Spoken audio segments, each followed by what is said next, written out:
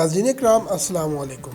पाक फ़ौज के रिटायर्ड लेफ्टिनेंट जनरल शाहिद अजीज़ ने अपनी किताब ये खामोशी कहाँ तक में DHA से मुतल्लिक भी बहुत अहम इंकशाफात किए हैं। जनरल साहब मज़कूरा किताब के सफ़ा नंबर 311 पर लिखते हैं कि लाहौर आने के बाद काफ़ी दिनों तक DHA के दफ्तर ना जा सका था। जब पहली मरतबा गया तो एक ज़मीन दोज़ कमरे में ले जाया गया, जैसे फ़ौज का कोई ऑपरेशन रूम हो। दीवार पर नक्शे भी वैसे ही लगे थे।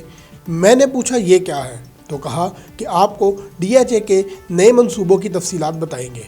इन मंसूबों को खुफिया रखा जाता है।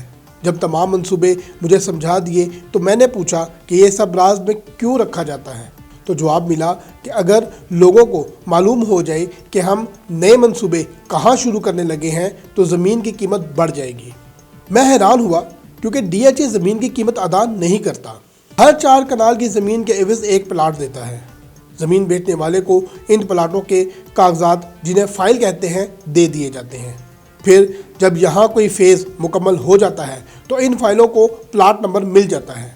इसी तरह ज़मीन बेचने वाले को ज़मीन की कीमत से कहीं ज़्यादा रकम मिलती है। जब मैंने पूछा कि आपका ज़मीन की कीमत चढ़ने से क्या ताल्लुक़ है, तो कह दिया कि बड़े मसले और पेचीदगियाँ होती हैं, आप वक्त के साथ समझ जाएंगे। मैंने कहा इस बंद कमरे में जो लोग बैठे हैं और DHA के नए मंसूबों से वाकिफ़ हैं, अगर वो ज़मीन के असल मालिक से सारी ज़मीन आज की कीमत पर ख़रीद लें तो कल यही ज़मीन DHA को देकर अरबों के मालिक बन सकते हैं।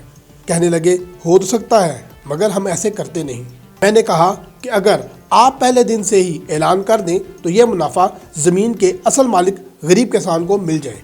सब चुप रहे, लेकिन मेरे रहते में कोई नई ज़मीन नहीं खरीदी गई। DHA पहले ही इतनी ज़मीन ले चुका था कि संभालना मुश्किल हो रहा था।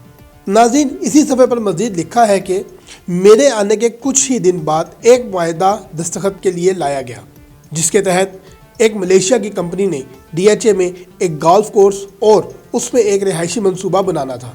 समझौता मुकम्मल हो चुका था, बस दस्तखत रहते थे।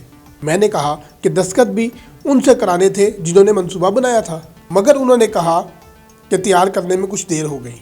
सब माहिरीन और कंसल्टेंट्स ने दस्तखत कर दिए हैं, आप भी कर दें। मैंने इस पर एक ब्रीफिंग ली, फिर कुछ जांच पड़ताल करके एतबार की बुनियाद पर दस्तखत कर दिए। कुछ ऐसी चीज़ों का पहले का तजर्बा भी नहीं था। फिर किसी से इस सिलसिले में बात हुई तो उन्होंने कहा कि मलेशिया की कंपनी को इसमें आम रवाज से ज़्यादा फ़ायदा है। मैंने फिर से कागज़ मंगवा लिए और कुछ गैर जानिबदार तजर्बाकार लोगों को भी बुलवा लिया, जिन्होंने DHA की इस राय से इख्तलाफ किया कि मलेशिया की कंपनी जायज़ मुनाफा ले रही है। मैंने कह दिया कि कंपनी को बता दें हम एग्रीमेंट ख़त्म करना चाहते हैं। गलती मेरी ही थी। सब काफ़ी परेशान हुए, मगर कंपनी को लिख दिया गया। नाज़रीन, अगर आपको हमारा ये प्रोग्राम पसंद आए तो आपसे गुजारिश है कि इस प्रोग्राम को लाइक कीजिए और हमारे चैनल को सब्सक्राइब कीजिए और बेल आइकन का बटन भी दबा दीजिए, ताकि आइंदा आने वाली मज़ीद इस तरह की वीडियोज़ का नोटिफिकेशन आपको मौसूल हो सके। अल्लाह हाफिज़।